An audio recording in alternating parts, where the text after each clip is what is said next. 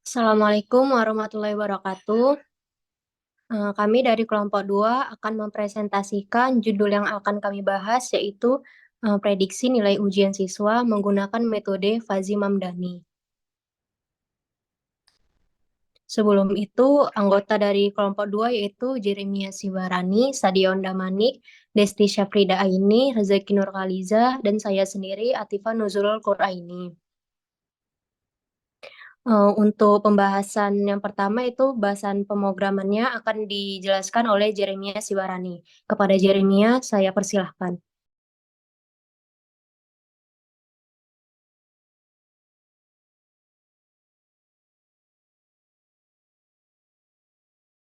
Baiklah, yang pertama adalah tentang datanya. Datanya kami peroleh dari situs Kaggle tentang performa ujian siswa.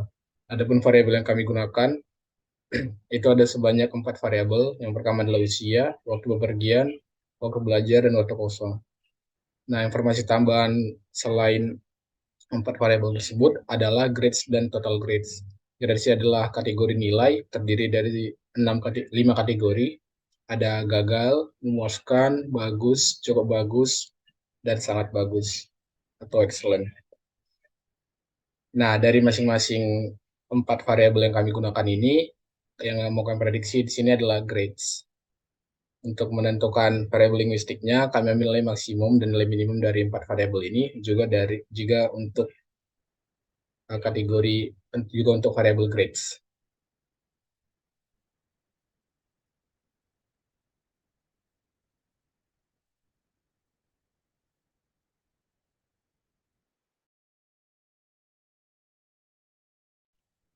Berdasarkan yang sudah dijelaskan sebelumnya, maka didapatlah hasil dari variabel linguistik, yang mana ada usia dengan kategori remaja dengan rentang nilai 16 sampai 19, kategori dewasa dengan rentang nilai 15 sampai 22. Ada waktu bepergian dengan kategori rendah dengan rentang nilai 1 sampai 2 jam, kategori tinggi dengan rentang nilai 1 sampai 4 jam.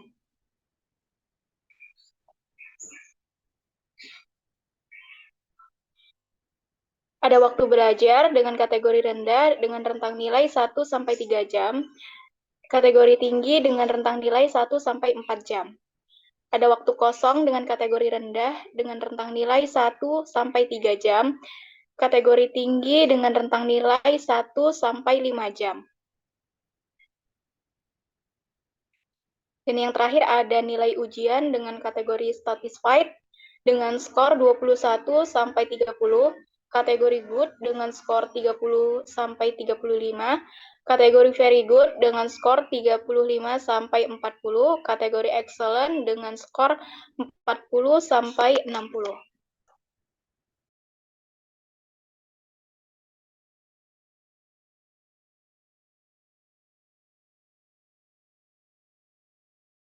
Selanjutnya adalah fungsi keanggotaan. Untuk fungsi keanggotaan kami peroleh dengan memanfaatkan algoritma K-means clustering, di mana masing-masing data tadi kami bagi menjadi beberapa cluster. Kemudian kami ambil nilai minimum dan maksimumnya untuk menentukan interval fungsi keanggotaan. Di sini dengan menggunakan metode elbow ada sebanyak 3 cluster yang relevan untuk data ini. Sebelum menentukan cluster, kami reduksi dimensinya menggunakan principal component analysis. Nah, untuk masing-masing cluster dan untuk masing-masing variabel dalam cluster, kami mengambil nilai minimum dan maksimum sebagai interval. Sebagai contoh, cluster 1 untuk variabel age atau usia, nilai minimumnya adalah 15 dan nilai maksimumnya adalah 21. Ini akan kami gunakan menjadi interval untuk fungsi keanggotaan. Begitu juga untuk variabel lain dan juga untuk cluster lain.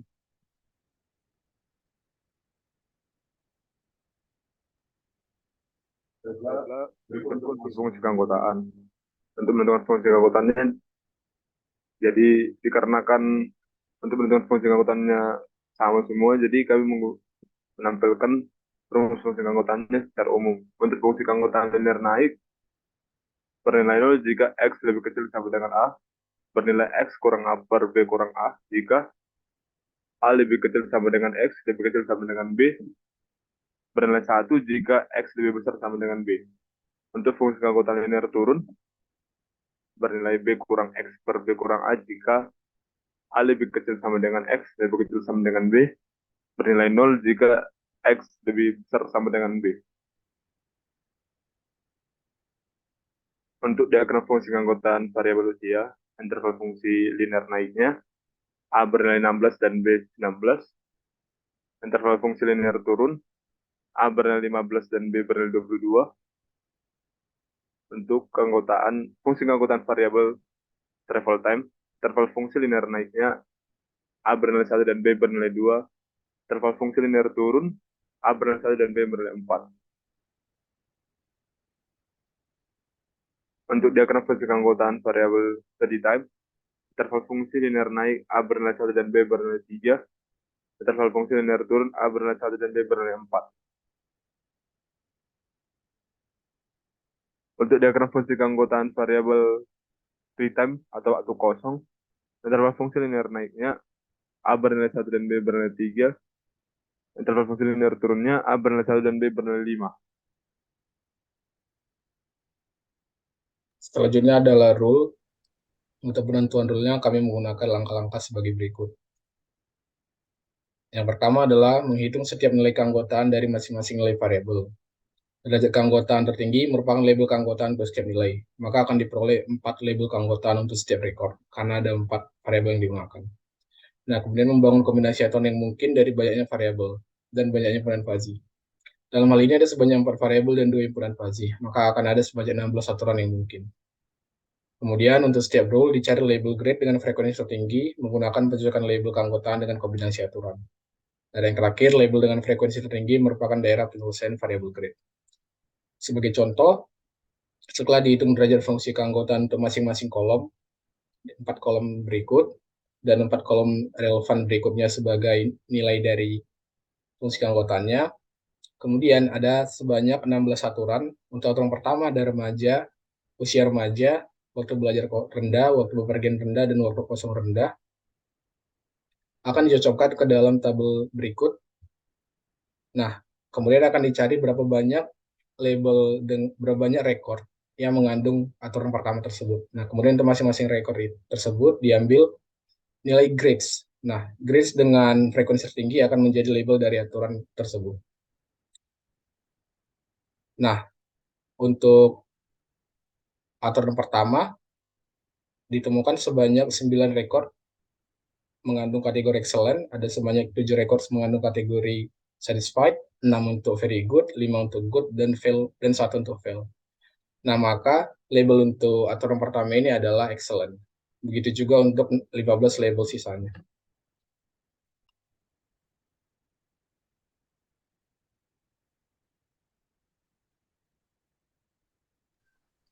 Untuk rule excellent yang pertama, jika umur adalah remaja dan travel time adalah rendah dan study time adalah rendah dan free time adalah rendah, maka grade adalah excellent. Yang kedua, jika umur adalah remaja dan travel time adalah rendah dan study time tinggi dan free time rendah, maka grade adalah excellent. Yang ketiga, jika umur adalah remaja dan travel time rendah, study time tinggi dan free time tinggi, maka grade adalah excellent. Yang keempat, jika umur adalah remaja dan travel time tinggi, study time tinggi, free time tinggi, maka grade adalah excellent. Yang kelima, jika umur adalah dewasa dan travel time rendah, study time rendah, free time rendah, maka grade adalah excellent. Yang keenam, jika umur adalah dewasa dan travel time rendah, study time tinggi, free time rendah, maka grade adalah excellent. Yang ketujuh, jika umur adalah dewasa dan travel time rendah, study time tinggi, dan free time tinggi, maka grade adalah excellent.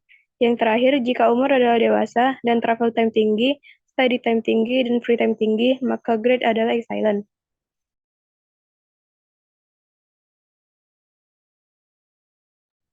Untuk yang rule satisfied, jika umurnya remaja dan travel time-nya rendah dan study time-nya rendah dan free time-nya tinggi, maka grade-nya adalah satisfied. Yang kedua, jika umurnya remaja dan travel time-nya tinggi dan study time-nya rendah dan free time-nya tinggi, maka grade-nya satisfied. Yang ketiga, jika umurnya dewasa dan travel time-nya rendah dan study time-nya rendah dan free time-nya tinggi, maka grade-nya adalah satisfied. Yang keempat, jika umurnya dewasa dan travel time-nya tinggi dan study time-nya rendah dan free time-nya rendah, maka grade-nya adalah satisfied. Yang kelima, jika umurnya dewasa dan travel time-nya tinggi dan study time-nya rendah dan free time-nya tinggi, maka grade-nya adalah satisfied.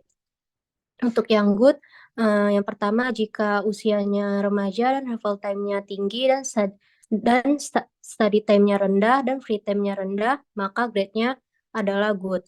Yang kedua, jika umurnya remaja dan travel time-nya tinggi dan study time-nya tinggi dan free time-nya rendah, maka grade-nya adalah good.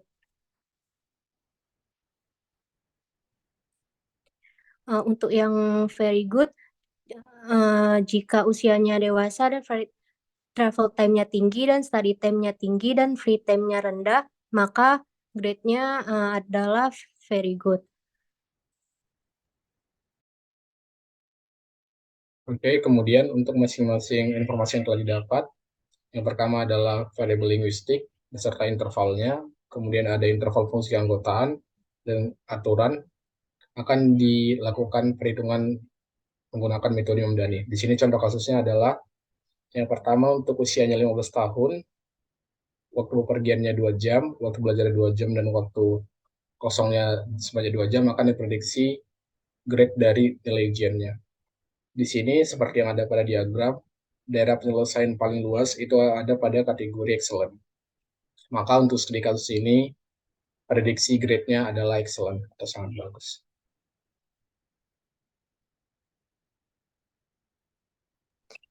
Sekian, itu sajalah presentasi dari kami. Jika ada kekurangan atau kesalahan kata, mohon maaf. Assalamualaikum warahmatullahi wabarakatuh.